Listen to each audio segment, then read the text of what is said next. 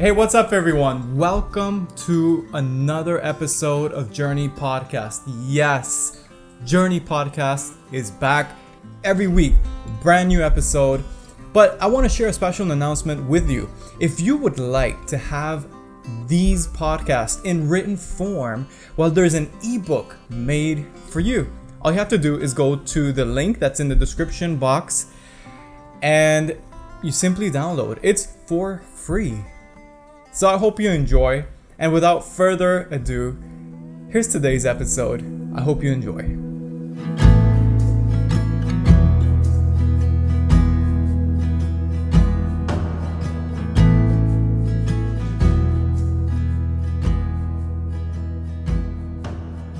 There are moments when you feel frustrated, even aggravated, when things don't seem to work out. Just when you thought you made a little progress, things seem to go backward. When no one is around, you cry in discouragement. You feel crushed. The burden is heavy. But when you're crying, I'm listening, ready to rescue you. If your heart is broken, you'll find me right there. I am near to the brokenhearted. I rescue those whose spirits are crushed. Even if you don't know how to pray or know the best things to ask for, the Holy Spirit takes hold of you in your human frailty to empower you in your weakness. Even when you only sigh because the pain is too deep for words. I am the searcher of your heart, and I know fully your longings, and the Holy Spirit intercedes according to my will. No test or temptation that comes your way is beyond the course of what others had to face. All you need to remember is that I will never let you down. I'll never let you be pushed past your limit. I will always be there to help you come through it. You do not have a high priest who is unable to sympathize with your weaknesses, your helplessness. Instead, I know what I'm doing. I have it all planned out. Plans to take care of you, not abandon you. Plans to give you the future you hope for. That's why I urge you to pray for absolutely everything, ranging from small to large. Include everything as you embrace this God life, and you'll get God's everything. My everything. Believe for whatever you ask for in prayer. Be convinced that you have received it and it will be yours. I am asking you for something difficult, yet not impossible. Trust me in this. I know what you are going through, but before I can change your situation, I need to change you. Trust me from the bottom of your heart. Don't try to figure everything on your own. Listen for my voice in everything you do, everywhere you go. I am the one who will keep you on track. Don't assume you know it all. Run from captivity, run to me. Be excited, be prepared. New responsibilities await on the other side of your breakthrough. The journey. From Galilee, Jesus returned to Jerusalem to observe one of the Jewish feasts. Inside the city, there was a pool called the House of the Loving Kindness, translated from Aramaic, which was surrounded by 5 covered porches. Hundreds of sick people were lying under the covered porches, which included the paralyzed, the blind, and the crippled. All of them were waiting for their healing. you may ask, but waiting for healing in what way?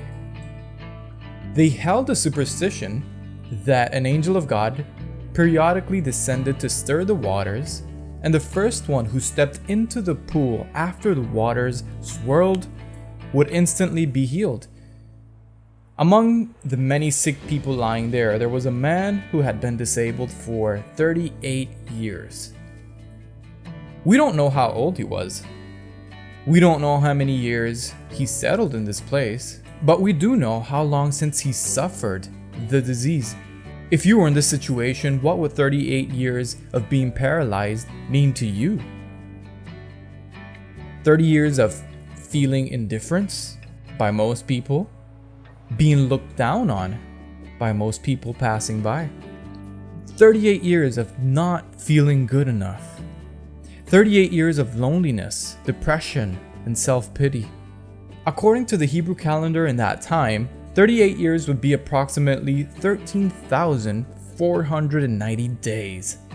After so long, it would be hard not to associate your circumstance with who you are, to think that you are your problem. Certainly with that comes feeling unworthy, inferior, and excluded. Helpless. 13,490 days of helplessness. When Jesus saw him lying there, he knew that the man had been crippled for a long time. Jesus said to him, "Do you truly long to be well?" What a strange question. Isn't it very obvious that he wanted to be healed? Who is this man I've never seen? And what does he mean? The paralyzed man may have thought. "Sir, there's no way I can get healed, for I have no one to lower me into the water when the angel comes. As soon as I try to crawl to the edge of the pool, someone else jumps in ahead of me." So not only was he helpless, but he was friendless.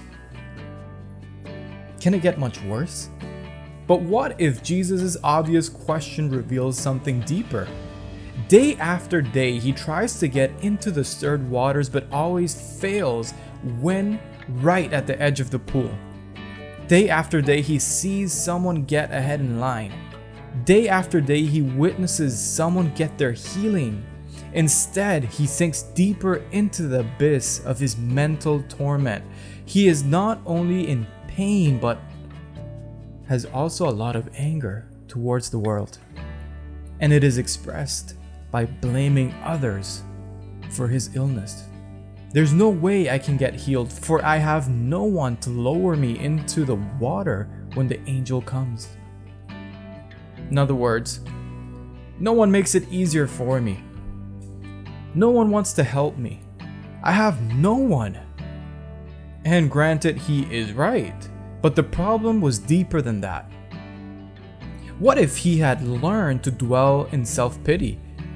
Could it be that maybe he was pushing kind people away because of his bitterness? Was the anger he had towards the world in reality anger towards himself? Jesus, refusing to let him throw a pity party, said to him, Get up and pick up your sleeping mat, and you will walk." Immediately he stood up and he was healed. So he rolled up his mat and walked again. He was healed. His hopes for being healed were an endless cycle of frustration, of devastation, but Jesus met him in his helplessness. What if our helplessness is the factor that allows God's greatest work to happen in our lives? Because it's only when we are helpless that we have no other choice than to trust in God. Now the question goes to you. Do you truly want to be made well? Make your response to God by making this prayer. Loving God, you know everything, and I am confident that there is no ache, no struggle, no oppression that you are not aware of. Thank you that while you are changing my circumstance, you are also changing me.